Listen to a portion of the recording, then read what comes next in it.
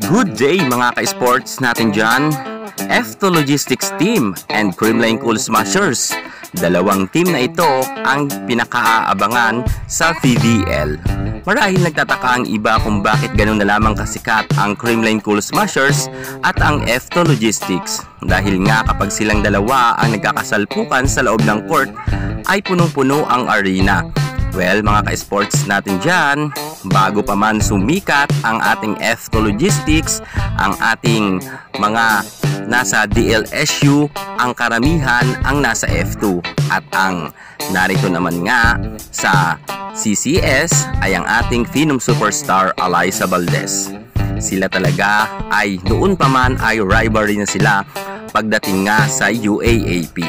Kung kaya mga ka-sports natin dyan, kapag may laban nga ang ating Abby Maranyo at ang ating Phenom Superstar Alyssa Valdez, asahan nyo mga ka-sports na punong-puno talaga ang arena. Dahil noon pa man panahon nila nang nasa collegiate sila ay kasikatan talaga ng ating Abby Maranyo at ng ating Phenom Superstar Alyssa Valdez. Noon pa man sa UAAP ay talagang malakas na ang karisma ng dalawang team na ito, ang DLSU at ang Ateneo Blue Eagles. Silang dalawa talaga noon ang nagpupukpukan sa loob ng court kung saan nga nag-aagawan nga sila para sa championship battle. At dito mga ka-sports natin dyan, ang ating Abby Maranyo nga ang isa sa mga pinakakasikatan niya noon kasama nga ng kanyang buong team. Pero dito nga ay pinaiyak nga siya ng ating Phenom Superstar Alyssa Valdez. Papa-exit na kasi dapat nito si Abby Maranyo. Pero mga ka-sports ay hindi niya nga nadala-dala ang baon bilang maging kampyon sa kanyang paglisan sa DLSU dahil napigilan nga yan ng Ateneo Blue Eagles. Ngayon sa mga nagtatanong dyan mga ka-sports natin dyan, sino-sino ba ang mga nagpaluha sa DLSU at kay Abby Maranyo bago siya umalis sa De La Salle? Aalamin natin kung sino-sino ang mga players na kasama noon ng ating Phenom Superstar Alyssa Valdez. Dito matutuklasan ninyo ang lahat ng mga ka-teammates noon ng ating Alyssa Valdez na naging matagumpay. Marahil nga ngayon mga ka-sports natin dyan na ang iba ay hindi na ninyo kilala dahil sobrang tagal na nito.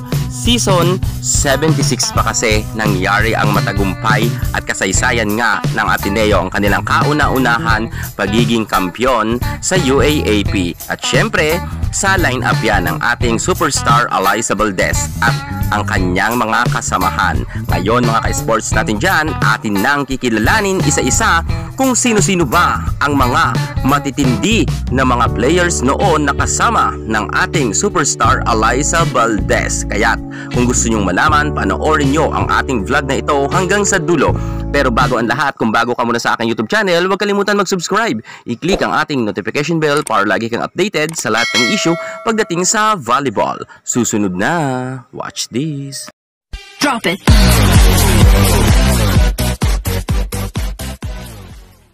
UAAP Season 76 ay naging matagumpay nga ang Ateneo at sa kauna-unahan pagkakataon ay natalo nga nila ang DLSU kung saan nga mga ka-sports natin dyan ay mabilisan nga nilang napataob ang team ni Abby Maranyo. Dito mga ka-sports natin dyan ay napakalaking kalungkutan ang dagok nga sa DLSU dahil nga papa-exit na nga sana dito ang ating Abby Maranyo sapagkat last year niya na itong maglalaro sa nasabi nating team ng DLSU. Ngunit pinataob nga sila ng Ateneo Blue Eagles. Ang kupunan naman ng ating Phenom Superstar Alyssa Valdez. Sobrang sikat na sikat noon ang DLSU sapagkat halos karamihan ng mga players dito ay superstar at kilala.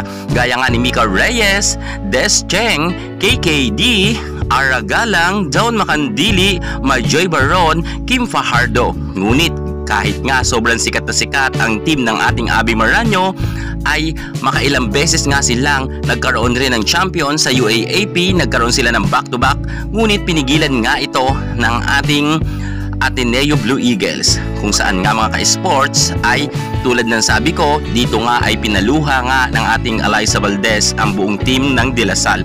Grabe mga ka-sports natin dyan, sobrang lakas noon ng ating Gia Amazing at ng ating Phenom Superstar Alyssa Valdez at ang kanyang buong kupunan. Ngayon mga ka-sports, darito na nga ang mga nagpaluha na players ng Ateneo sa De La Salle. Inyo nang makikilala. Unahin na natin dyan mga ka-sports natin dyan ang ating nag-iisang Phenom Superstar Alyssa Valdez. Hindi natin may tatanggi na ang ating superstar Alyssa ay isa sa mga pinakasikat ng kapanahunan niya sa UAAP, kung saan nga kahit sabihin natin na wala siya masyado noon mga superstar na kasama, pero naitawid niya ang kanilang laban at nagkaroon pa nga sila ng champion, kung saan nga tinalo nila ang DLSU. Si Alyssa Valdez nga ang isa sa mga naging tinik ng DLSU, kung saan nga nahirapan nga ang team nga ni Abby Maranyo. Kahit sabihin natin na all-star ang DLSU, pero hindi nila kinaya ang ating Alyssa Valdez. Isa talaga si Alyssa sa mga masasabi natin na tagabuhat ng isang team. Pero syempre, alam naman natin na ang ating Alyssa Valdez ay hindi niya naman yan i-claim sapagkat napaka-humble nga nito. Alam ni Alyssa na ginawa niya lang daw di umano ang lahat para nga manalo sila. Yan ang kanyang sabi. Sikat na nga noon ang ating superstar Alyssa Valdez, pero mas lalo pa nga siyang nakilala nang naipa-champion niya nga ang kanyang team. At nagtuloy-tuloy na nga ang napakaraming swerte na dumating sa buhay ng ating Alyssa Valdez. Dahil sa kanyang kasikatan ay mas lalo nga siyang rumanya ang kanyang buhay at natulungan niya ang kanyang pamilya. Hanggang sa ngayon ay sikat na sikat pa rin ang ating Alyssa Valdez at active pa rin siya sa paglalaro ng volleyball, at sa kasalukuyan ay team captain pa rin siya sa Creamline Cool Smashers. Pangalawa na kasama nga sa lineup ng ating superstar Alyssa Valdez na nagpaiyak nga sa team ni Abby Maranyo. Walang iba kundi ang ating napakagaling rin na outside hitter na si Jorella Ella De Jesus. Bago pa nga nakilala ngayon ang ating Ella De Jesus sa kanyang bagong posisyon sa Creamline Cool Smashers bilang libero, alam nyo ba na noon kapanahunan niya sa UAAP ay isa nga si Ella De Jesus sa mga pinakamabangis na outside hitter. At alam nyo ba na kahit nga hindi siya ganoon katangkarat, ay hindi nga naging hadlang ito sa kanyang pangarap, dahil isa nga si Ella De Jesus sa mga pinakamagaling na outside hitter nang nasa Ateneo siya, kung saan nga ay binansagan nga siya noon na The Elevator, dahil nga kahit hindi siya ganoon katangkad ay sobrang grabe ang kanyang kumpiyansa, sobrang taas ng kanyang talon at nakaka-block pa siya, at higit sa lahat palaban talaga si Ella De Jesus. At top scorer din siya mga ka-sports. Huwag niyong maliitin si Ella De Jesus dahil sabi nga walang malaking nakakapuwing. At isa nga si Ella De Jesus sa mga nagpaiyak sa De La Salle ng kapanahunan nila sa UAAP. At narito pa nga ang isa sa mga katuwang ng ating Ella De Jesus at Phenom Superstar Alyssa Valdez. Ang ating pangatlo ay isa rin sa mga pinakamagaling na opposite spikers. Walang iba kundi ang ating nag-iisang Michelle Morente. Hindi natin may kakaila mga ka-sports natin dyan. Ang ating Mitch Morente ay isa sa ating mga pinakamagaling rin na volleyballista sa ating bansa, at take note ang kanyang angking kagalingan ay wala pa rin kupas hanggang sa ngayon.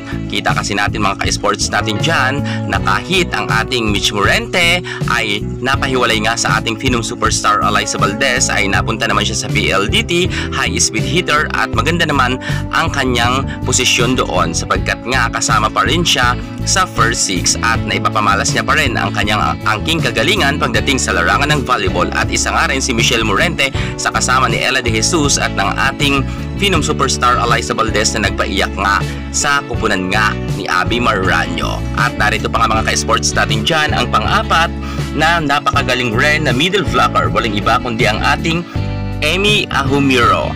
As a middle blocker nga ay talagang very effective talaga itong si Ahumiro, at isa nga rin siya sa mga naging katuwang ng ating superstar Phenom superstar Alyssa Valdez. At kita natin noon ang kapanahunan nga ni Ahumiro ay talagang isa siya sa mga pinakamabangis rin pagdating nga sa kanyang posisyon na middle blocker. At palaban to mga ka-sports natin dyan kung saan nga ay hindi niya nga pinaporma din ang kupunan nga ni Abby Maranyo kung saan isa rin siya sa mga nagpaluha sa De La Salle. Panglima mga ka-sports natin dyan ang isa rin sa mga pinakamatangkad na middle blocker ng kapanahunan nga ng ating Alyssa Valdez, walang iba kundi ang ating nag-iisang Ariel Patnongon. Kung saan nga mga ka-sports natin dyan, isa naman sa mga pinakapalaban rin itong si Patnongon at naging katuwang rin ni Amy Ahumiro sa kanilang posisyon as a middle blocker.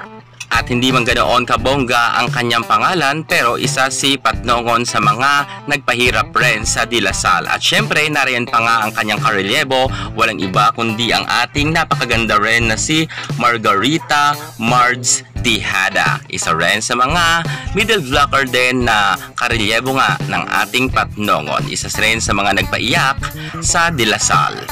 Hindi nga rin ganoon katunog ang pangalan ni Mards Tejada, pero kilala rin siya sa larangan ng volleyball. Pero ng kapanahunan niya sa UAAP ay malaking factor din ang kanyang karera sapagkat malaki rin ang kanyang naiambag sa Ateneo at nakaukit na rin sa kasaysayan. Nakasama nga siya sa lineup nang sila ay mag-champion at talunin nga nila ang De La Salle. At syempre ang ating pampito ay hindi talaga mawawala dahil hanggang sa ngayon ay namamayagpag pa rin ang kanyang angking kagalingan as a setter, ang ating nag-iisang G-Amazing Gia Murado de Guzman. Kung saan nga mga ka-sports natin dyan, dito rin sumikat ang ating G-Amazing kasabayan nga ng ating Phenom superstar Alyssa Valdez dahil ang kanilang connection ay talagang swak na swak at talagang minahal nga ng madlang people. Kung saan nga mga ka-sports, isa rin si Gia sa mga nagpahirap din sa De La Salle kung kaya nga nanalo sila ng kapanahunan nila nang nagharapan nga sila ng season 76 ng UAAP yan. At syempre mga ka-sports, hindi lang si G-Amazing, nariyan pa ang kanyang napakagaling rin na libero, walang iba kundi itong si Denden Lazaro. Sa kasalukuyan ay reveal na nga ngayon ang kanyang last name sapagkat kasal na nga rin po siya sa ngayon. At syempre, magaling yan si Denise Lazaro ng kanyang kapanahunan kung kaya nga nag-champion sila. At syempre mga ka-sports, hindi lang po dyan ang ating mga magagaling na mga nabanggit na pangalan sapagkat nariyan pa nga ang kanilang mga magagaling na bench gaya nga ni Kim Gikiliana, Natasha Faustino, at nariyan pa si Ana Gopico, at nariyan pa ang ating Tan Giselle at Tan Bea. At syempre, nariyan pa nga ang sikat na napakaganda, walang iba kundi itong isa sa mga pinakamatangkad na middle blocker na may height nga na 6'1", si May Tajima. Sila nga mga ka-sports ang full lineup nga noon ng Ateneo Blue Eagles ng season 76. Grabe mga ka-sports natin dyan, hindi natin akalain na kayang talunin ng kupunan nga ng ating Phenom superstar Alyssa Valdez ang all-star nga na mga malalakas na team gaya nga ng DLSU at UST ng kapanahunan nila. Maging ang Enyo noon ay malakas na pero pinataob yan ng ating superstar Alyssa Valdez. At kahit nga ang Santiago Sister ay hindi nga umubra sa ating superstar Alyssa Valdez at sa kanyang lineup. At syempre, ito ngang line-up ng ating Alyssa Valdez ay sila ang kauna-unahang nagpa-champion ng Ateneo Blue Eagles. Dahil nga kahit kailan noon ay wala pa silang kampiyon. Pero nang pumasok na nga ang ating Alyssa Valdez at G-Amazing at itong kanyang buong line-up ay sobrang grabe. Ginulat talaga nila ang buong volleyball fans na nanonood dahil ang De La Salle na sobrang lakas ay taob na taob nga yan sa Ateneo. Yan muna ang pinaka-latest natin sa mundo ng volleyball. At para hindi ka mahuli sa lahat ng issue pagdating sa larangan ng volleyball, subscribe na. Thank you so much. God bless.